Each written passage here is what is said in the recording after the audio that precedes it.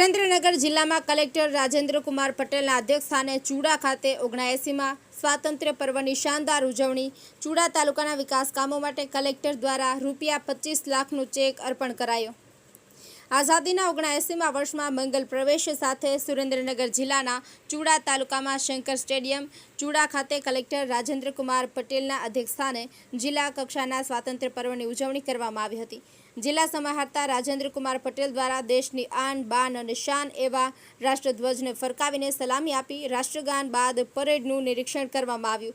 આ મહામૂલી આઝાદીના 79મા સ્વાતંત્ર્ય પર્વે જિલ્લા સમાહર્તા રાજેન્દ્રકુમાર પટેલે સૌ નાગરિકોને સ્વતંત્રતા પર્વની શુભેચ્છાઓ પાઠવી હતી તથા દેશની સ્વતંત્રતા માટે જાન ન્યોછાવર કરનારા દેશના પરાક્રમી સપૂતો અનેક નામી અનામી દેશભક્ત શહીદોનું સ્મરણ કરી તેમને શ્રદ્ધાંજલિ પાઠવતા જણાવ્યું કે આપણા દેશની ભૂમિ માત્ર માટી નથી, એના કણકણમાં શૂરવીરતા, સાહસ અને સમર્પણની ગાથા છે।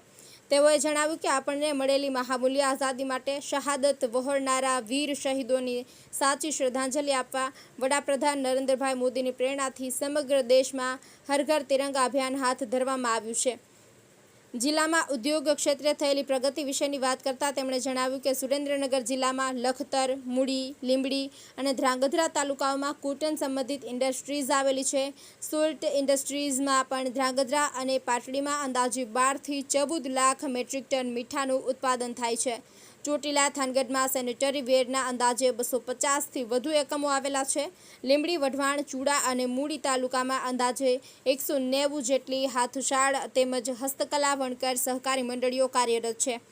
આ ઉપરાંત તેમણે જણાવ્યું કે આરોગ્ય સુવિધાઓ સામાન્ય નાગરિકો સુધી પહોંચાડવા માટે જિલ્લા 8 લાખ કરતાં વધારે આભા અને 7 લાખ કરતાં વધારે PMJY કાર્ડ બનાવવામાં આવ્યા છે। જિલ્લાના દરેક તાલુકામાં ડાયાલિસિસ સેન્ટર શરૂ કરવામાં આવ્યા છે।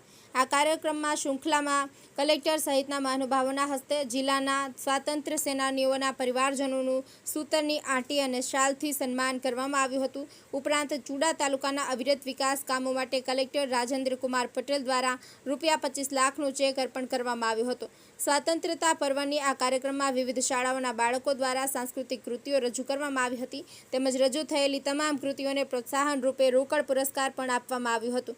કાર્યક્રમના અંતે સર્વ મહાનુભાવોના હસ્તે વૃક્ષારોપણ કરવામાં આવ્યું હતું।